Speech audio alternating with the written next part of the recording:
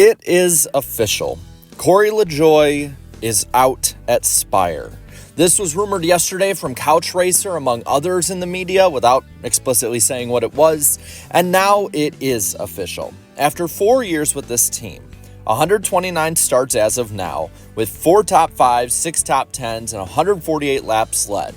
With a 25th place points finish in 2023, a career best, the time for LaJoie in the 7 car is over. And not gonna lie, this year kind of led to the inevitable conclusion with this. It's been awful and rough in every single way that you possibly can have.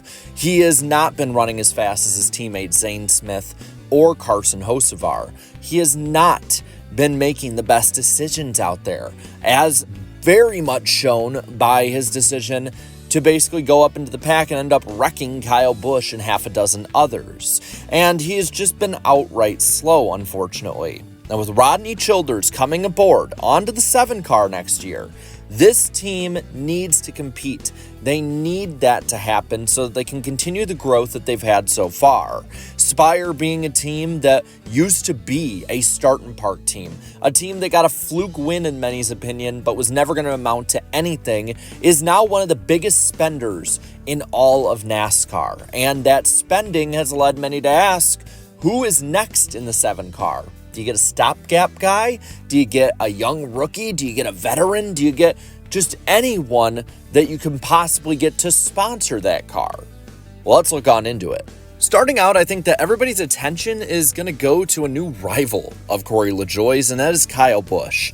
Kyle Busch is kind of in a similar situation when it comes to where he is with RCR as compared to where Corey LaJoie is with Spire. Both had way better days in their past. Last year especially was much better for both of them in their situation, and this year has been an utter disaster. In the last 8 races so far in 2024, Kyle Busch has 5 DNFs and has completely went into free fall in the point standings, being nowhere near able to qualify into the NASCAR playoffs. And with how much, or little, I should say, speed that they have in the cars right now, I really don't see him going up and competing for a win. A move to Spire now would more than likely be a lateral move for Kyle Busch.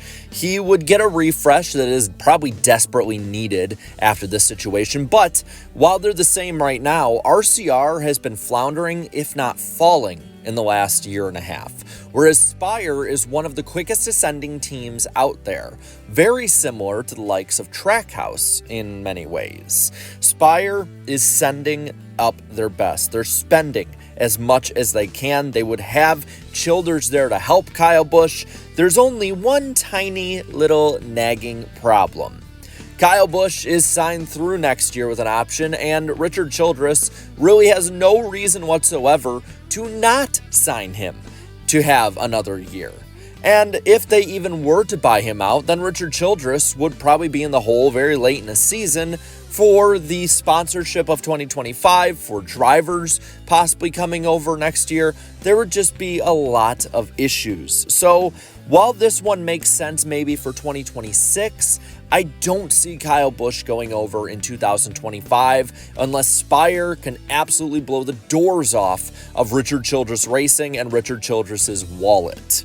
Now, another one that might be out there is Sam Mayer. Sam Mayer has expressed a lot that he wants to go Cup racing. He's a very young driver, similar to Carson Hocevar, who will be his teammate if he goes there, and he might be a very good investment for Spire's long-term nucleus of drivers.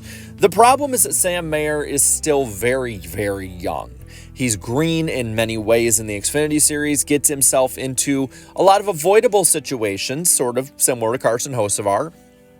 And you add to all of that the fact that he really doesn't have all that much experience outside of the Xfinity Series as of now. He is very good but inconsistent, and I think he needs another year developed down there before he can come up and actually race this car to its full potential. I think that Zane Smith was more prepared than Sam Mayer is now, and only in the last month or two has Zane been able to actually put some good runs together. Speaking of Zane Smith, he might be the guy. Yeah, He was moved out of the 71 for Michael McDowell as of now, but they never said that they weren't going to bring him back in any way. After all, until about 2 days ago, Corey LaJoie being jettisoned from the team was something that didn't seem like a possibility either. They could bring back Zane Smith for another year while McDowell's in the 71 and move the young driver over to the 7 with Rodney Childers. It'd keep year-over-year uniformity with the team, so you wouldn't have too much turnover outside of the veteran presence, and you could argue that that's an increase for the team and a big upgrade with a veteran presence of a proven winner with Michael McDowell, which would probably help Zane Smith. Heck, you could even do a team swap. The 7 team could become the 71 team, and the 71 could become the 7. You could just basically swap the drivers more or less and the numbers, and have Michael McDowell maybe even be the driver underneath Rodney Childers. But that could be a big option they look at. Another one that's open is Erik Jones. Jones has not yet to sign back with Legacy Motor Club unless it's been done and kept really under the radar. The problem that many have with Jones is the question of if he's damaged goods. I think a lot of people were asking going into his time at Legacy Motor Club if he could do well with that team. He did in 2022, but it's been pretty rough since then. And that damaged goods comes from results as well as maybe injury, as Erik Jones has had a pretty bad back injury this year, and the recovery process could take up to 2 to 3 years. So if he jumps in, he may be the weak link, and it might not even be really his fault. So Erik Jones is a question mark, but I wouldn't be surprised if he stays with the 43. And then there's Daniel Suarez. Currently, Suarez's contract ends after this year with Trackhouse, and Trackhouse has been one of the teams that's been rumored most to be wanting to buy a new charter.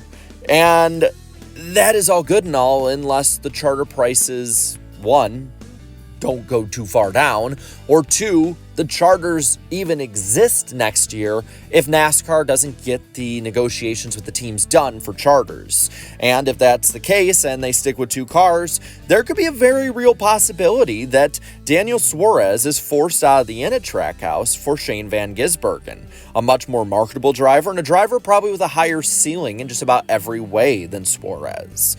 Suarez is solid and somewhat stable as a Chevy guy, and it would still keep him in that alliance technically with Trackhouse as well, as Spire has worked with them before with different drivers especially. So I could totally see this happening, especially if Kyle Busch can't be bought out as a stopgap year for Busch to come in 26. Either way, Spire is making moves, and they've been making moves for a while now, and it's about damn time people notice this. So with that, I want to know what you think. Do you think that Corey LaJoie can land on his feet? And who do you think replaces him at Spire in the 7? Let me know down in the comments below. And while you're at it, leave a like in this video, share this video, and subscribe to this channel for more great and fun NASCAR content. Thank you so much to all my channel members for your continued support. And until next time, have a good one.